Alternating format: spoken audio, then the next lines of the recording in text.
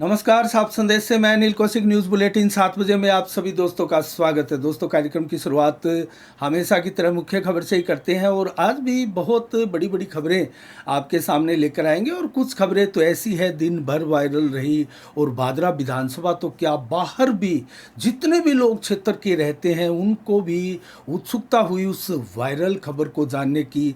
और बड़ी संख्या में हमारे पास भी दोस्तों फ़ोन आए कि इस वायरल खबर का सच क्या है। दोस्तों, हमने कुछ को सच बताया भी, कुछ को ये बताया कि शाम को 7 बजे इस खबर का हम वायरल का सच बताएंगे कि आखिर ये वायरल हो रही खबर क्या सच है या इसके पीछे की मंशा क्या है। तो दोस्तों, आज कई बड़ी बड़ी खबरें रही। एसपी सिंह की भी बात करेंगे और धुआंधार गांव में प्रचार अभियान एसपी सिंह ने भी चलाया हुआ है।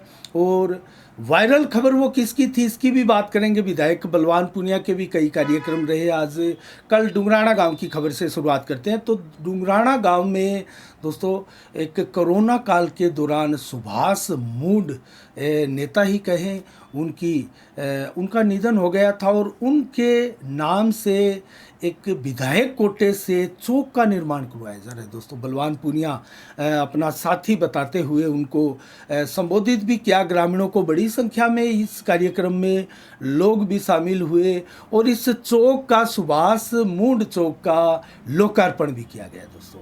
और ये अच्छी बात है, किसी गांव के अगर कोई अच्छे व्यक्ति का इस प्रकार से चौक बनता है तो ये भी एक युवाओं में प्रेरणा का स्रोत होता है। और दोस्तों, इस कार्यक्रम की अध्यक्षता की अनकोरी देवी सरपंच वर्तमान की और अमिलाल मूड पूर्व सरपंच भी रहे, कृषि उपज मंडी के अध्यक्ष भी रहे हैं। बड़ी संख्या में इस कार्यक्रम में लोग शामिल थे। राम कुमार मूड सेवानिवृत्त नायब तहसीलदार है रामचंद्र जी मेला मिलकर विधायक बलवान पूनिया का साफा पहनाकर, पगड़ी पहनाकर स्वागत सत्कार किया गया। और कुल मिला के इस चौक के कार्यक्रम में बड़ी संख्या में लोगों ने भाग लिया। दोस्तों, आज भी एक कार्यक्रम आयोजित किया गया कब्रिस्तान कमेटी के सौंदर्यीकरण को लेकर। और ये कार्यक्रम आयोजित किया गया कब्रिस्तान जो बना है उसके ठीक सामने, बीडीएस प्लेस के ठीक सामने ये कार्यक्रम आयोजित किया गया। इस कार्यक्रम में कई क्षेत्र के नेताओं ने भाग लिया। बलवान पूनिया भी इस कार्यक्रम में मौजूद रहे, रफ़ीक कुरैशी भी इस कार्यक्रम में मौजूद रहे। खासकर इस कार्यक्रम का उद्देश्य क्या था, इस कार्यक्रम के बारे में हम आपको विस्तार से बताएं। हिसार बस स्टैंड के सामने जो कब्रिस्तान बना है दोस्तों, उसकी दीवार मेन रोड लगती है दोस्तों। कस्बे का प्रमुख बाजार है ये और इसमें बड़ा लंबा चौड़ा एरिया है। 100 से अधिक दुकानें नई यहाँ बनाई जाएगी। और रफ़ीक कुरैशी स्वर्गीय हाजी दाऊद कुरैशी के सपुत्र हैं। आप वर्तमान में प्रतिनिधि हैं नगर पालिका चेयरमैन के।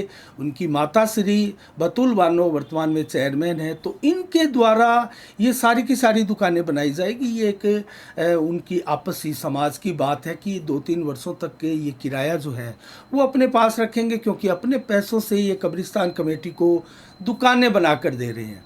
तो इन दुकानों का क्या रहेगा स्वरूप, किस प्रकार से ये दुकानें जो हैं लोगों को दी जाएगी लीज में, या किस प्रकार से किराए भाड़े के ऊपर ये दुकानें दी जाएगी और कब से ये कार्यक्रम प्रारंभ होगा, सारी रूपरेखा लोगों की मंशा जानने के लिए ये कार्यक्रम आयोजित किया गया था। और इसमें बड़े सकारात्मक विचार थे सभी लोगों के और समाज के लोगों में एक बहुत शानदार मैसेज भी गया। और कब्रिस्तान जो कमेटी बनी है इसका सौंदर्यीकरण भी दोस्तों इस विषय पर किया जाएगा। और दुकानों से जो आगे किराया भाड़ा आता रहेगा उससे सौंदर्यीकरण का कार्य भी किया जाएगा।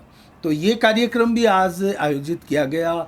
एक विधायक और अलवर बहरोड के बादरा में वीडीएस संस्थान से लेकर पार्क तक दौड़ लगाते हुए आज दिखाई दिए बलजीत यादव। वो पत्रकारों से भी मिले और दोस्तों दौड़ लगाई। बड़ी संख्या में उनके साथ युवा भी इस दौड़ में शामिल हुए और खासकर उनके यादव समाज के लोग बड़ी संख्या में उनके साथ थे। तो खास क्या किस विषय को लेकर ये दौड़ बलजीत यादव विधायक निर्दलीय जो है उनके द्वारा लगाई गई। बहुत शानदार वक्ता है दोस्तों निर्दलीय बलजीत यादव जो विधायक है बेरोड से, और 14 सूत्री मांगों को लेकर जो कि प्रण किया था विधानसभा में, हमने कल भी बताया था, वो सभी 14 सूत्री जो मांगे हैं वो मनवाने के लिए, सरकार से मांग करने के लिए सभी 200 विधानसभाओं में इसी प्रकार दौड़ लगाने का क्रम जो है वो जारी है। आज जिले भर में सभी विधानसभाओं में इसी प्रकार से दौड़ लगाकर राजस्थान सरकार को ये मैसेज दिया, संदेश दिया, युवाओं को जागरूक करने का काम बलजीत यादव एमएलए ने किया।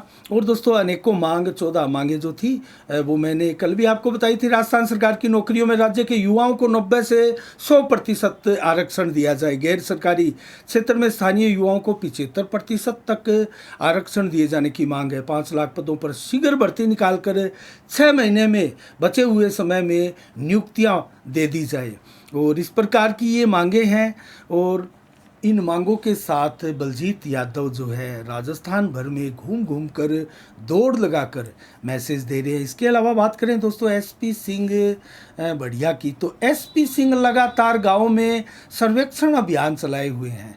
और कल अगर बात करें शनिवार की, तो किराड़ा बड़ा, किराड़ा छोटा, कलाना, चौबारा, गदरा, ढाका, बनाई, मोटसरा, अनूपसर, उत्तरा, दवास आदि गाँवों में एसपी सिंह ने दौरे किए और लोगों की मनसाएं जानी। खास तौर से एक प्रमुख संबोधन उनका एसपी सिंह का इस दौरान हर गांव की चौपाल में जो भीड़ इकट्ठी होती है उनको संबोधित करते हुए रहता है। और वो खासकर ये है कि पूरे भादरा विधानसभा क्षेत्र की हालत खराब है। जहाँ हाथ रखो वहीं दर्द होता है।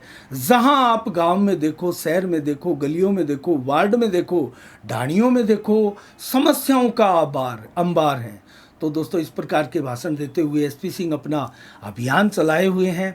इसके अलावा हम एक और खबर का आपको विवरण बता रहे हैं दोस्तों। भादरा के कल्याण भूमि में मोर संरक्षित एक क्षेत्र बनाया गया है और पर्यावरण पाठशाला परिवार की तरफ से पौधारोपण अभियान भी चलाया जा रहा है। इसके तहत कई किस्म के पौधे इस क्षेत्र में लगाए गए, जिसमें जामुन, गुल्लर, सहतूत आदि के पौधे लगाए गए।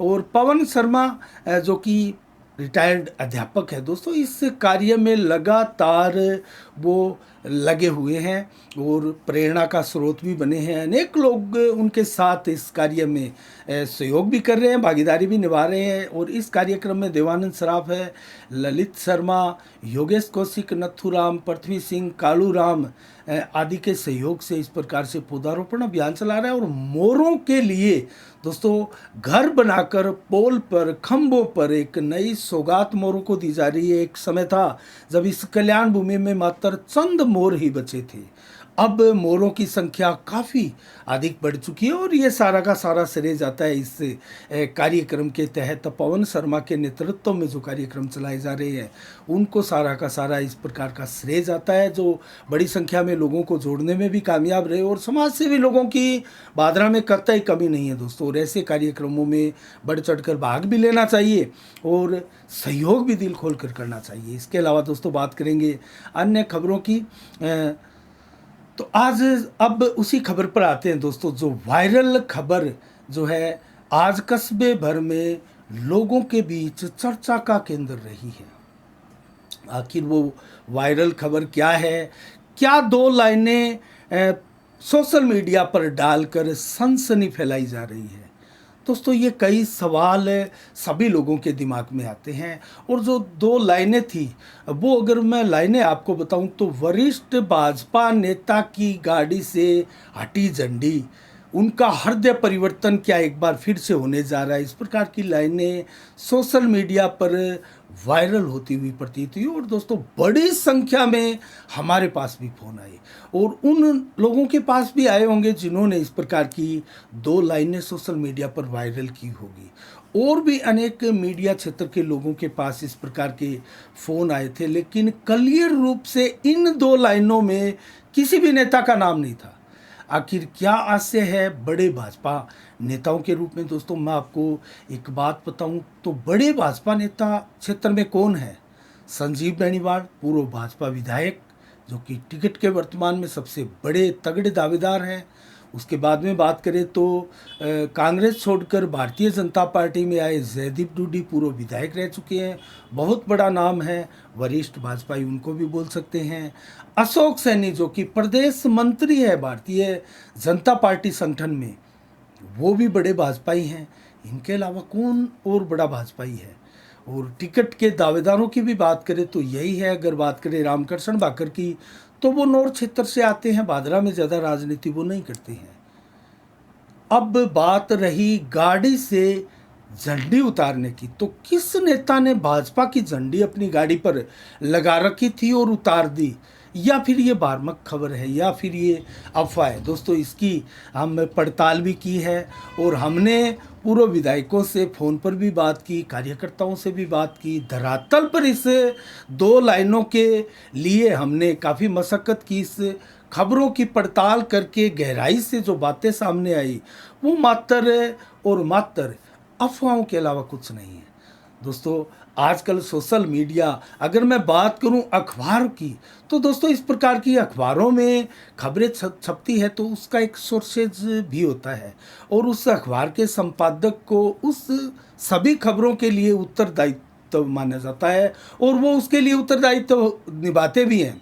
और दोस्तों अगर उस खबरों में कोई व्यंग्य है तो उसके ऊपर लिखा होता है व्यंग्य, अगर कोई जोक्स है तो उसके ऊपर लिखा होगा जोक्स, या अगर कोई इस प्रकार की खबरें होली ठिठोली है, मजाक है, तो उसके ऊपर ये सब कुछ लिखा होगा।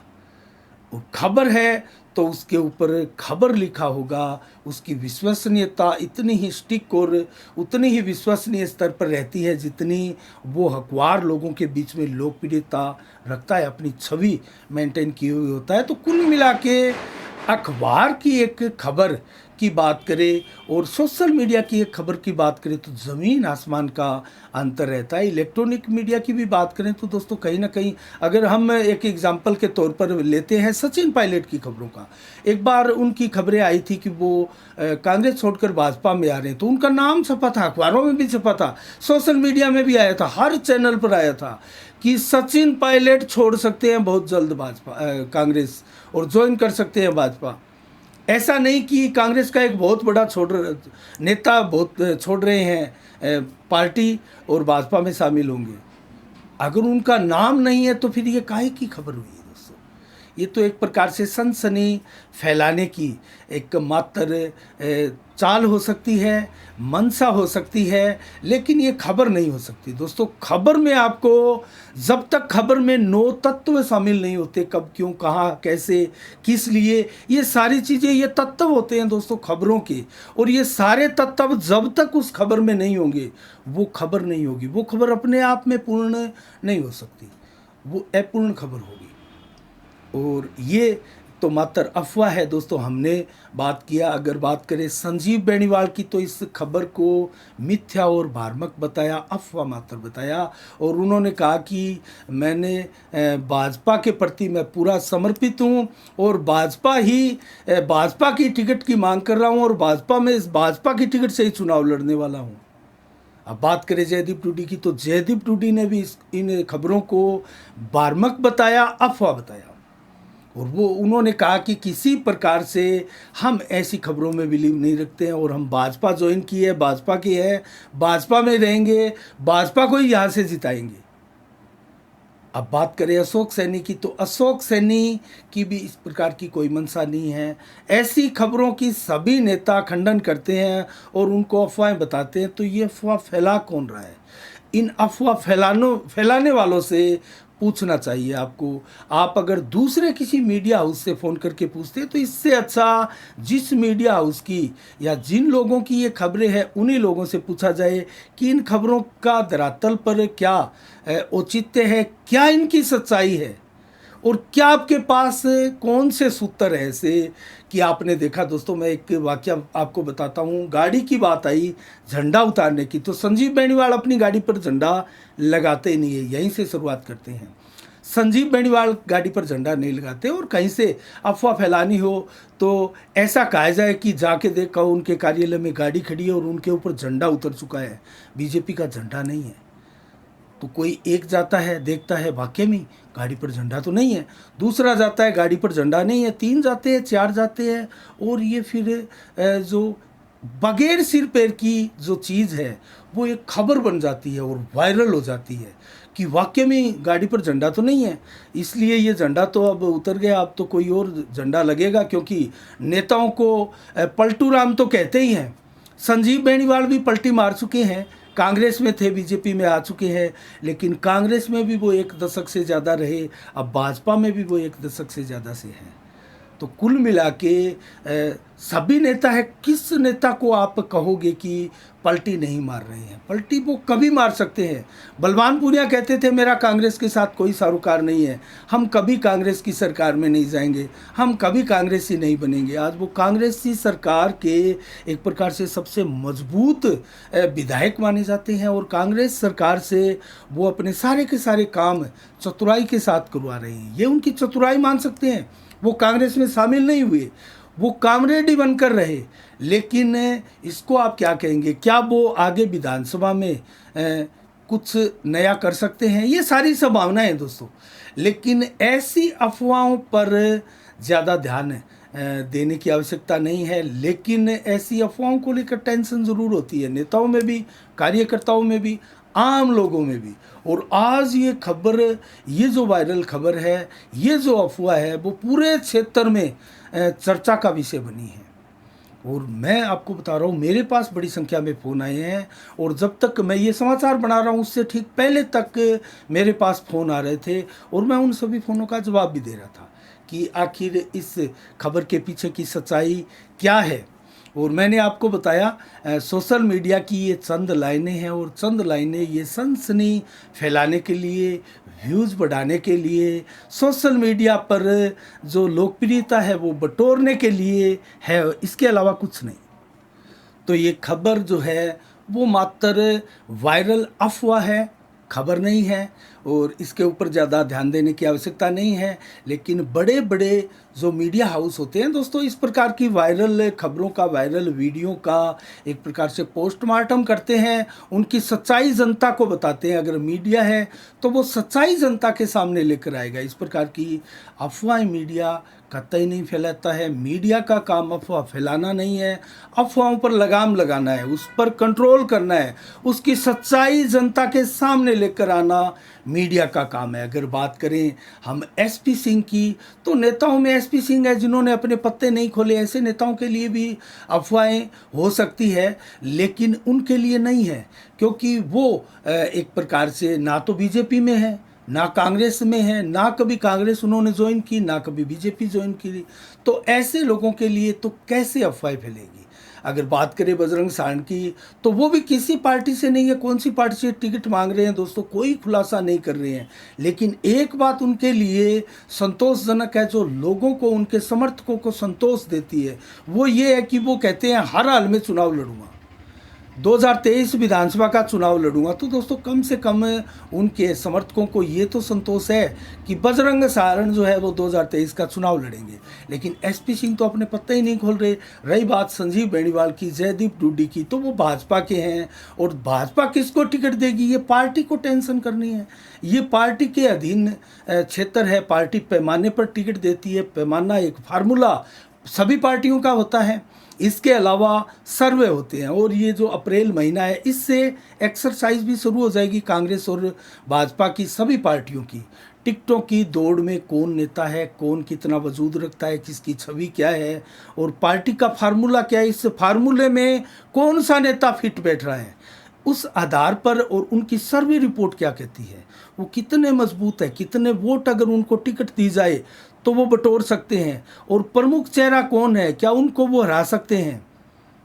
ये सारी चीज़ें मैटर करती है दोस्तों। उसके बाद में टिकटें मिलती है। और संजीव बेनीवाल तो कतई मेरे हिसाब से इस प्रकार के नेता नहीं हैं जो इस अवसर को जाने दे।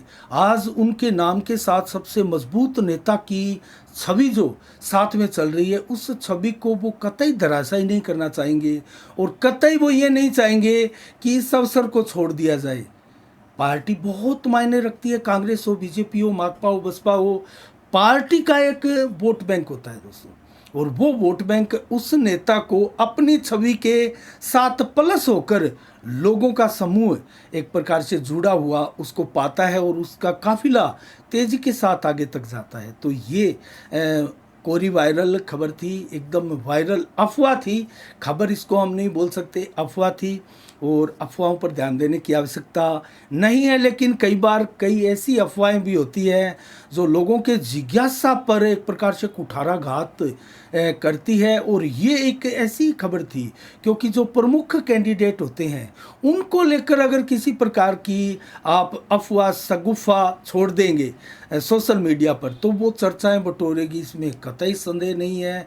और आज जो लोगों में चर्चा का विषय रही वो यही कारण रहा।